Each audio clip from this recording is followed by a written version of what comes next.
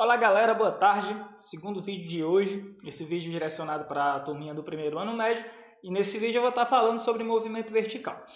Deixando logo claro que esse vídeo ele vai ser um complementado que a gente viu semana passada, tá? Tá aí no card aí para vocês, sobre queda livre. Na semana passada a gente já basicamente introduziu esse conteúdo falando sobre queda livre. Então esse vídeo de hoje ele vai ser bem mais rápido, tá? Porque ele vai basicamente complementar o que a gente viu na semana passada, tá?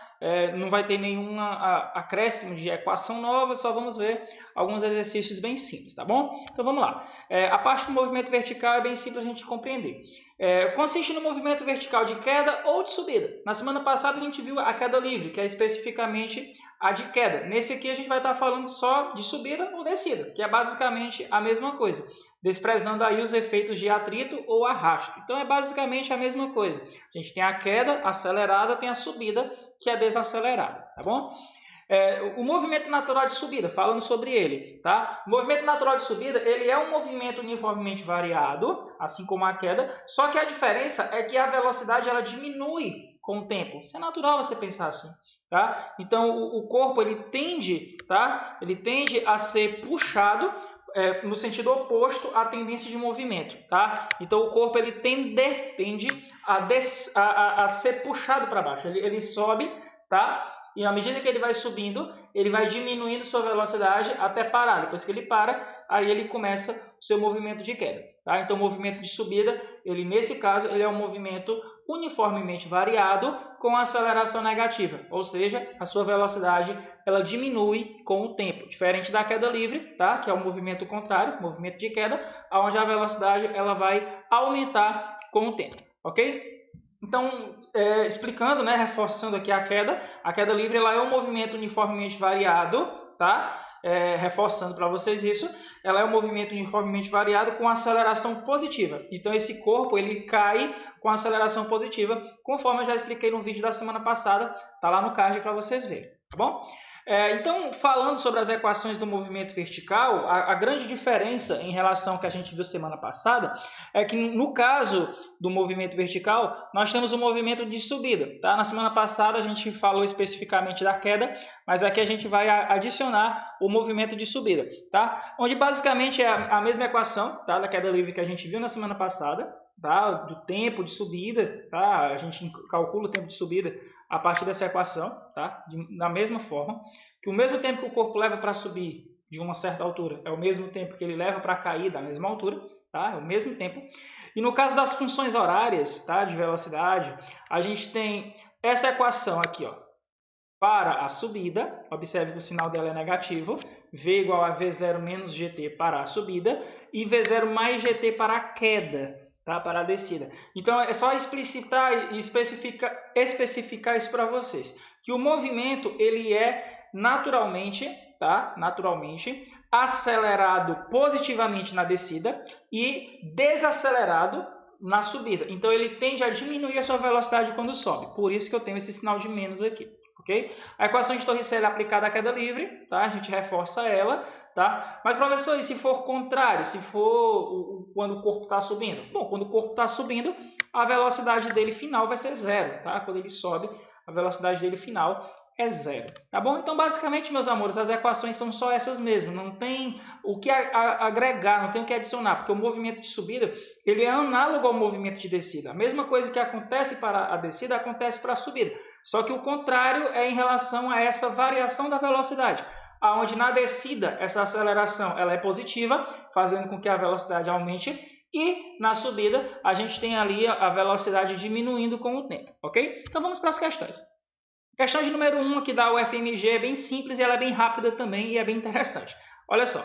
Um gato consegue sair ileso de muitas quedas. Suponha que a maior velocidade com que ele possa atingir o solo sem se machucar seja de 8 metros por segundo. Então, desprezando a resistência do ar, qual é a altura máxima de queda para que o gato nada sofra? Então, olha que legal essa questão aqui. Então, vamos lá. Essa é uma questão especificamente de queda, tá? Não necessariamente de subida. É um movimento apenas de queda. Então, vamos lá. A solução dela é bem simples. Você observa que ela não fala de tempo, então tudo que você vai utilizar é a equação de Torricelli, né, aplicada à queda livre, tá? Então, a equação de Torricelli ela vai ser bem simples de se aplicar. Olha só, V ao quadrado igual a 2GH, a equação de Torricelli aplicada à queda livre. Já que eu estou querendo saber exatamente a altura vai ser, ó, pega o 2G que está aqui multiplicando, dividiu, né, ele aparece aqui dividindo. Ó. Então, você observa que a altura vai ser V ao quadrado sobre 2G. Então, a velocidade que o gato ele chega no solo, tá? 8 metros por segundo. Tá? Você substitui aqui. O G é a nossa gravidade, 10 metros por segundo ao quadrado. E a gente obtém, então, 8 ao quadrado dividido por 2 vezes 10. Dessa forma, você tem 64 dividido por 20, portanto, uma altura de 3,2 metros. Tá? A altura que o gato ele cairá sem sofrer uma lesão mais séria. Tá? Então, não tente isso em casa, não faça isso com o seu gato. Tá? Mas, fisicamente aqui, desprezando aí a resistência do ar, o gato ele pode cair de uma altura de até 3,20 metros sem sofrer qualquer avaria, sem sofrer qualquer dano no seu pet. Tá? Importante não fazer isso com o seu gatinho. Então vamos lá.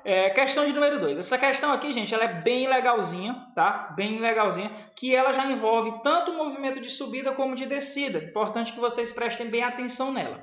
Então vamos lá. A questão aqui da Mackenzie de São Paulo, que diz o seguinte: um projétil de brinquedo é arremessado verticalmente para cima da beira da sacada de um prédio, com velocidade inicial de 10 metros por segundo ao quadrado. Tá? Ela jogou uma coisa aí para cima.